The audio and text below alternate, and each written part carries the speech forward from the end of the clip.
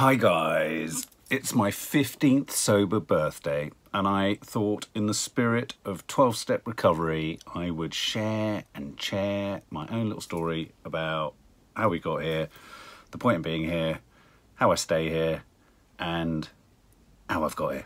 I think I might have said that already. So I've had a lovely message from Nads. So look, I've been sober for 15 years. That means in 2004, October 2004, the night of the 27th into the 28th, which is why I celebrate both the 27th and the 28th really, I had my final drink. I stopped drinking and I went into rehab a couple of days later.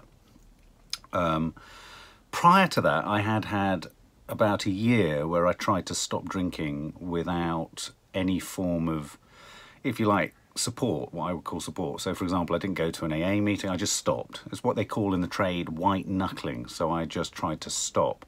And it was in that period that I did my trip to the Arctic and a lot of shooting in South America and what have you.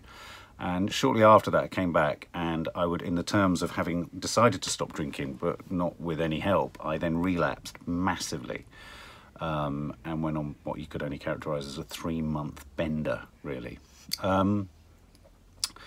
And so, how do I feel 15 years? The weird thing about any sort of sober birthday, and I've always been weird about this, I'm just going to dig out on my desk here. Let me just find it. This is the last chip I got. Now, a lot of people, quite justifiably, get very excited about these. Look, this was my 6 years sober. God, 6 years sober, that's 9 years ago. I remember getting that chip in an AA meeting and feeling like, not that it had been an eternity, but like, if you'd have then said to me then, you'll hit 15 years, God, it's an unimaginable amount of time.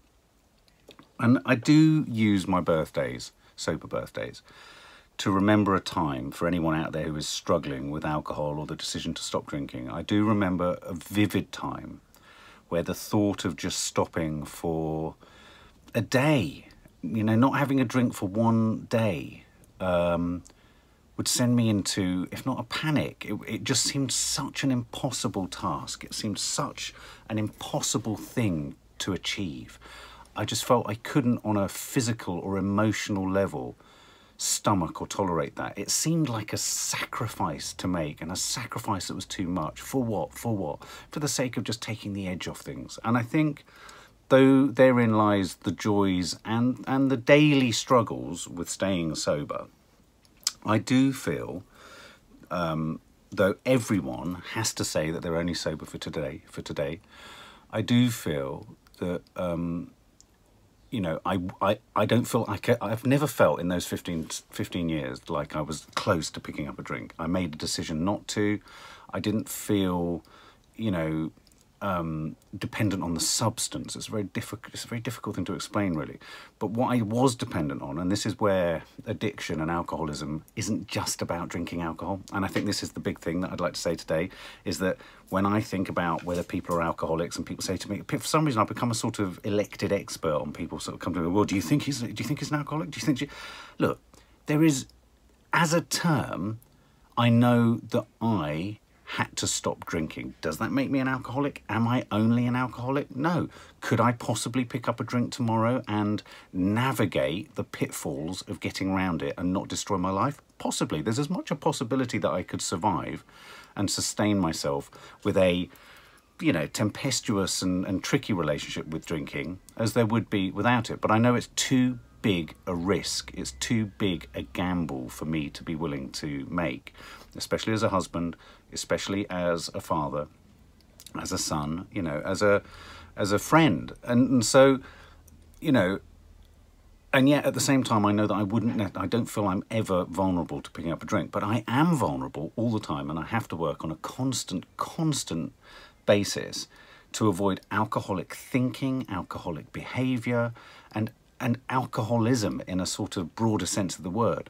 So, you know, sometimes I can see in people, they might not be constantly getting blottoed or drunk or whatever, but I can see all of the characteristics of someone who is an addict, is a, you know, and I think if you think about it, if you think about most people in your life, think of everyone you know, and you know, part of what makes people interesting are their sort of excesses in a way. So the parts of their personality that do things a little bit more. That might be someone who's incredibly sporty, or someone who's incredibly workaholic-y. I mean, I've had huge episodes of the work-domestic life balance being totally out of kilter.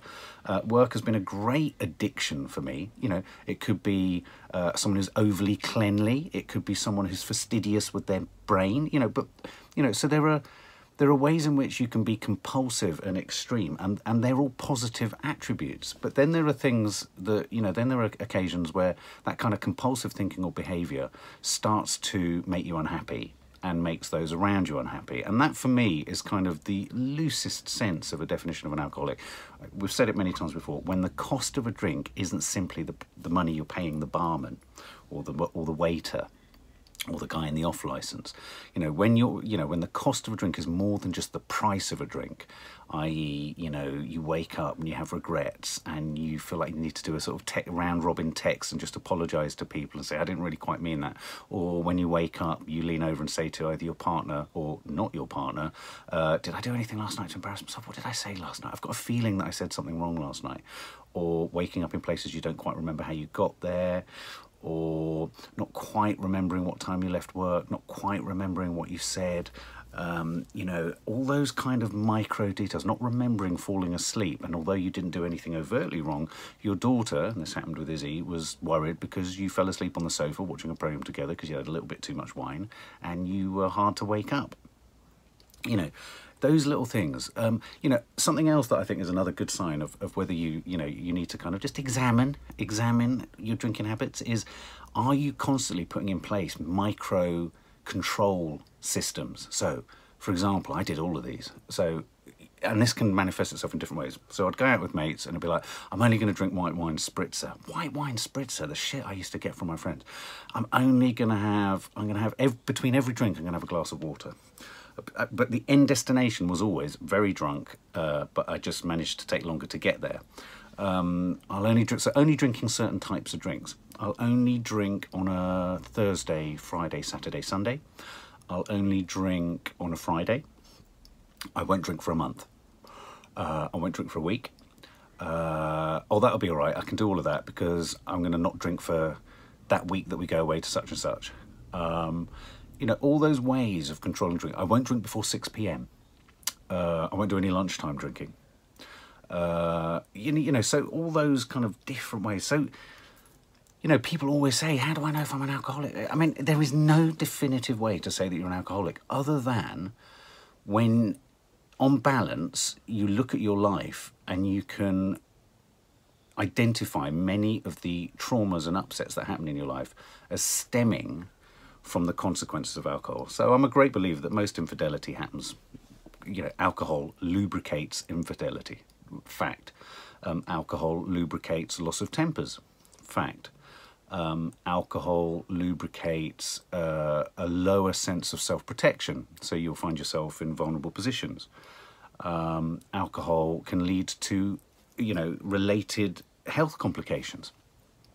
The downside of alcohol, the aftermath of alcohol, the hangover, can, over a consistent period of time, contribute to depression or exacerbate depression, because I think an awful lot of people turn to alcohol because they've got other issues going on.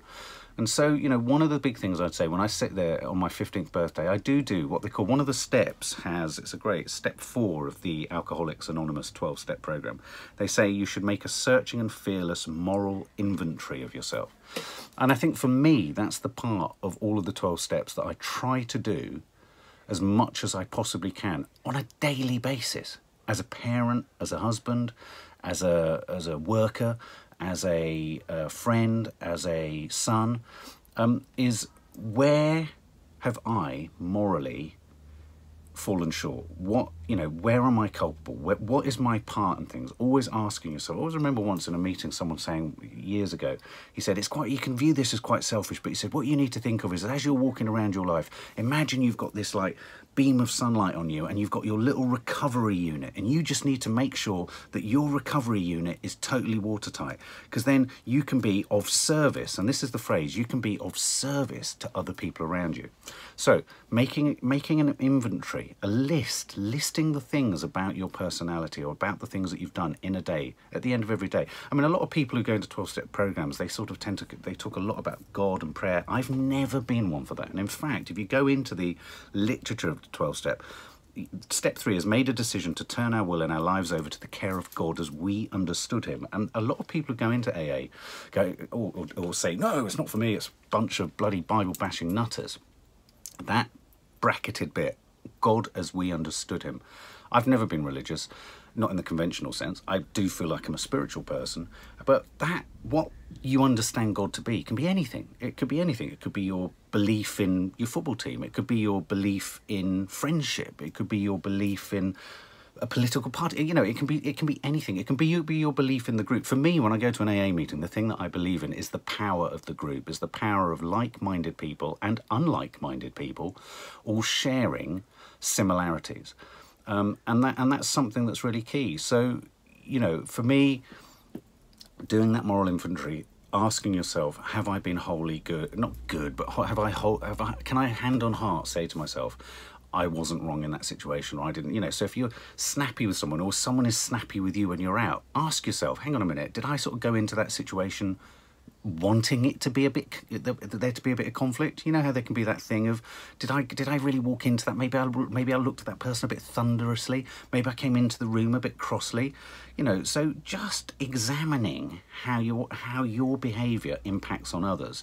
That doesn't mean you become a walkover. It doesn't mean you can't be angry. It doesn't mean you can't say to people, hang on a minute, you've pissed me off. But, you know, those sort of things. Now, one of the other things that I try to do a lot, or one should consider doing a lot, is at some point in one's life, if you're an alcoholic, do you have a long list of things that you're too ashamed to tell people close to you about? If you have a long list of things, or not even a long list, but a list of things that you wouldn't want those people closest to you to fully know about, I would say, and you know, many of those things you could characterize as having a relationship with how much you're drinking, I would say it's a pretty safe bet you're on the alcoholic spectrum.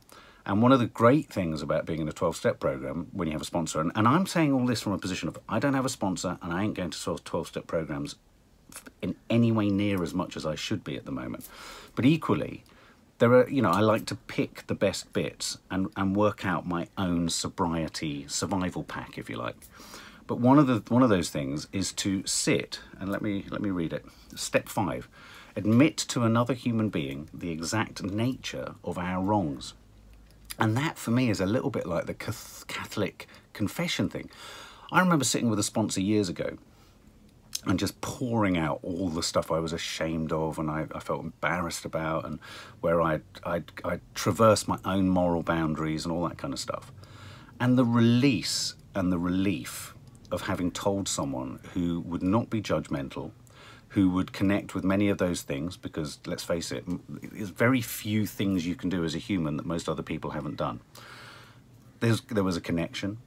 Being able to have that feeling of unpacking and unburdening yourself in the knowledge that you're not wanting to go out and drink and just do the same thing again and again and again, because your knowledge is that you've done something wrong, is a huge release. And so that's something else that is a really important part of things. But it's also an important way of being able to define whether you yourself feel you might be an alcoholic. Because I don't know why. I don't know why I'm talking today about what defines an alcoholic. Because for me, it's like I said, if I had £1 for every time I'm asked by someone will ask me, even people I'm not friends with. My social circle's diminished since I've stopped drinking, that's a fact. But that is about me. That's my alcoholic thinking that prevents me from feeling like I can go out. Do you see what I'm saying?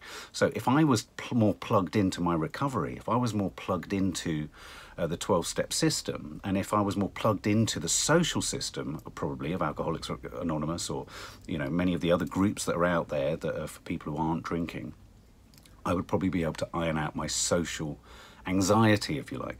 I have a belief that I still, to this day, after 15 years, if I look at where I'm at, one of the things I would massively like to improve is I love being with people and I love making people laugh. It's why I think I enjoy the social media that we do together, me and Nads. I love the rapport with you guys. I love connecting. I love communicating. I love sharing and enthusiasms and all that kind of stuff. And I love doing that. And I have a limited, very small group of friends that I have that I can do that with too. But I have curtailed my friendship circle because of my own, you know, issues, low self-esteem and all that. And that's an example of where I would characterize all those issues of low self-esteem, fear that people think this of me, fear that people... That is alcoholic thinking. And so it just shows you that even after 15 years of sobriety, I might be able to sit there and say... So, you know, it's sweet because like Maddie and Kiki and my girls, they always sort of say to me, oh, Dad, well done. And, you know, it's so cool. My friends are so impressed and proud. If I'm honest, I love the fact that they feel that, but I still feel a little bit like a specimen in a bottle. I'm a curiosity. It's a curiosity in the family. It's like, oh, wow, it is well done and it works for him, but I don't want that to work for me. And I don't want people not wanting to have a drink, and I don't want people to have problems with drinking just because I can't. Far from it. You've probably seen from all the vlogs. I love pouring people drinks. I love being around people. I think conviviality is a wonderful word. And I think alcohol, at its best, alcohol can help facilitate that. But anyway, I'm rambling away. This is the kind of thing you do in an AA meeting. You open your mouth and God only knows what's going to come out. So this is my little AA share, really. How do I actually feel at 15 years? As I say, I wish I could transform my personal social life situation. And yet at the same time, I have a huge enjoyment, or I get a huge satisfaction from being in my own space and in my own head and doing my own thing. You know, it's all the stuff of being an only child and a bit of a loner. I like to swim a little bit against the crowd, all that kind of stuff. But at the same time, I do wish that would change. I feel very loved and very supported by my family, and you know, without them, there's no too fine a point. You know, I wouldn't be here. I really wouldn't. And yet at the same time, it's a bit of me and it's a bit of them and it's a bit of all of us together. And I recognise that for a great many people, not having that support network is a massive issue. I can't say with my hand on my heart that if, God forbid, tomorrow, you know, something happened to Nadia, the girls had grown up and moved off and were living their lives, how would I sustain myself? I do recognise that I need to be more plugged in to my sobriety on a recovery basis for those times when my support network is living their lives and doing their things. So a shout out, I'd like to give a shout out today to all of the partners and families of active alcoholics, addicts, and recovering alcoholics and addicts. And you know, a huge part of my story was unfortunately narcotics and drugs, and they were episodes. Big episodes that led to all sorts of disastrous occurrences in my life. I think one of the most difficult things to do when you are sober is, I was just talking to my mum about it, and of course she's been sober for about 7 years now. But again, she's never had any rehab or AA or anything like that. And one of the things that we were just discussing is, you know, the hardest thing, like in the fact that we lost Liz recently, is that you can't escape any of your feelings. And I think that's one of the toughest parts of sobriety, and yet you have to look at that toughness of that situation as a gift. And I don't want to say I'm wanky, but you've got to look at it as a gift in a sense, because all you would do when you have tough experiences or emotions is you would, you know, you'd cram that hole full of alcohol just to avoid it. It doesn't go away. You just cover it for a period of time until it will come out again, and probably it will come out on another drinking session, which is why you often get those circumstances, don't you, where people have drunk too much and then all their emotions come out. And you know, that phrase where people say, I hate the phrase, it's a real classic phrase, isn't it? Oh, no, when they're drunk, the real them comes out. Well, yes and no. It's like with all these things, there's a bit of truth and there's a bit of total nonsense in that. On occasions, that is the case. Yes, the real you comes out, but on other occasions also, the real you might still be coming out as an act of self-loathing, and it might be the real you, but it's not very nice to you as much as it's not very nice to other people either. So yeah, a shout out to all of the people who are living with active alcoholics. You know, if you are living with an active alcoholic, there are 12-step recovery programs for you. You could go to an Al-Anon meeting. There are as many of them all over the country as there are AA meetings, and they are specifically designed for people. You can be a drinker, doesn't matter. You know, you will not be judged. You can go into a room, sit down and share about the fact that you're petrified, sad, frightened, frustrated, grief-stricken by the damage and the cycle of damage that's going on, or the sense that you might have that your partner might be an alcoholic. You can share all of those fears, feelings and thoughts in a safe space. Someone will come up to you and they will listen to you and they will give you a hug and all that kind of stuff. And for those, but a shout out also needs to go out to those partners of people who are recovering alcoholics. I mean, an interesting fact for me was that it's a huge majority of relationships. So relationships that then go through the process of one half of that partnership going into recovery, the majority of those relationships don't survive. And part of that is to do with the fact that, yes, the person who's recovering reevaluates their life and realizes that so much of their life was constructed around and through the lens of alcohol and all that alcoholic behavior, and that perhaps part of that is in their partner and that's unhealthy for them. And another part of that is because the partners in a similar way don't want to sign up to a sober lifestyle, or it becomes too much of a difficulty for them to embrace too. So a lot of relationships do buckle. So I recognise I'm very lucky, and that is because Nadia does a lot of work on herself. I've done a lot of work on myself. It's not fucking easy, I tell you, it's not fucking easy. But then, is anything that's worth anything in life meant to be easy? No, it's not, it really isn't. And, but you know, so for anyone who's in a relationship with someone, if you're the partner of a recovering alcoholic, you know, a big shout out to you, because it's not easy. It's not easy. Just because they've put down the drink, the alcoholic thinking and the alcoholic behaviour can carry on. And so again, without going on and on and on, if I look back at my 15 years, I don't feel like I've been 15 years sober, if I'm honest. You know, someone said in a meeting recently, I've only been sober today. And there have been many occasions in the last 15 years where I might not have picked up a drink, but I've metaphorically overdosed. And it's important to say that. It's important to admit that. And it's important to say that just because you have this long period of time where you haven't picked up a drink, it hasn't been spotless. It hasn't been, you know, it hasn't been without blemishes. And I recognise that, you know, I've got to today, 15 years sober, through a combination of my own hard work and getting fucking real with yourself. You've got to get real with yourself. You've got to get real with yourself. I mean, so I tell you, one of the guys that I have a huge amount of admiration for is Russell Brand. You've just got to get mucky and real with yourself. There's nothing fucking sissy or pussy or wimpy about putting that hand in your chest, ripping your heart out, holding it up and going, right, what don't I like? What have I done that I don't like? What has happened here? Why am I doing that? Why am I like that? Why am I so pained, and why am I causing so much pain for others? Because what happens if you carry on drinking and you've got all that stuff, and I think it happens for a lot of men. It's very hard for men to get in touch with that stuff, and often, yeah, you have to go into retreats and male retreats in forests and hack things, and it doesn't have to be like that, but maybe if that's what it takes for a lot of men, that's fine, that's what it takes, but you need to get that heart out. You need to look at it in the cold light of day and say, that was wrong, that was wrong. Don't be so harsh on yourself there. You did that because of that, but that doesn't excuse it. You've got to take responsibility, and I'm a big believer in being an alcoholic who takes responsibility. You don't just sit there and go, oh, I'm ill and I've got this illness. Yeah, you have, but at the same time, you've got to put in the legwork. So here, on my 15th birthday, I'm recognising I need to put more legwork in. But for anyone out there struggling, I hope there's some little kernels of kind of help within what I've just said to perhaps help work out whether you need to stop or reach out for help or listen to something like this and connect.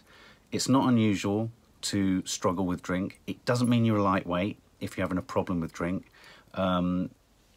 Drink is usually a symptom of something else. I almost like to think sometimes that alcoholism isn't a thing.